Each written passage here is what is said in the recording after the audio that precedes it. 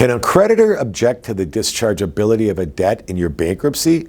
It doesn't happen very often, but I'm going to tell you certain situations where a creditor can be successful in having the discharge of that debt denied. And that's the topic of this video.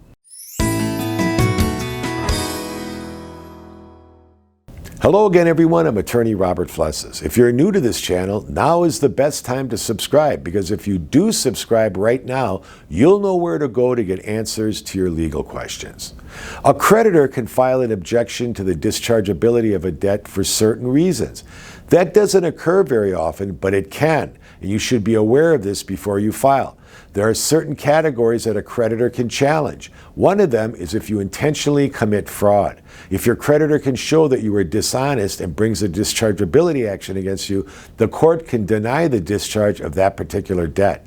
But the creditor must prove dishonesty, and sometimes that's hard to prove. Here are some of the categories of fraud. You can get a loan from a creditor within a short time before the filing of your bankruptcy. The fraud occurs when a contract between you and the lender, which is the creditor agreeing to give you money or certain property in exchange for you paying the loan back.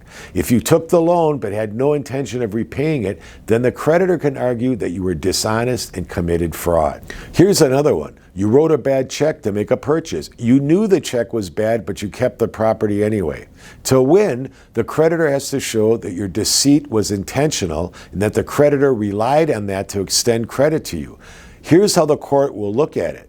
First, you provided written information that was false. Second, the false statement was material, meaning the creditor relied on that statement to extend credit to you. Third, your false statement relates to your financial condition, and your intent was to deceive the creditor. Other situations where you could get challenged by a creditor is if you purchase luxury items shortly before filing your case without any intent to repay the debt, or you take a big vacation shortly before you file and put the entire cost on your credit card. You take a big cash advance that's open-ended, meaning unlike a credit card, there's no specific time frame to repay the debt, and you don't even bother to pay it back. Certain acts caused by you can lead to dischargeability that are willful and malicious, like inflicting injury on someone or intentionally damaging property, or driving drunk and injuring someone or killing them. If you intentionally slander someone, that could be non-dischargeable. If you embezzle money, or if you breach your fiduciary duty to manage property or money for someone else, or if you damage someone when you had a duty of confidentiality.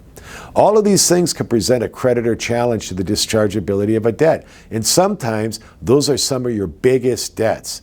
So think about these acts before you file bankruptcy. I'm attorney Robert Flesses. Remember to subscribe, like, and share. Thanks for watching, and I'll see you in my next video.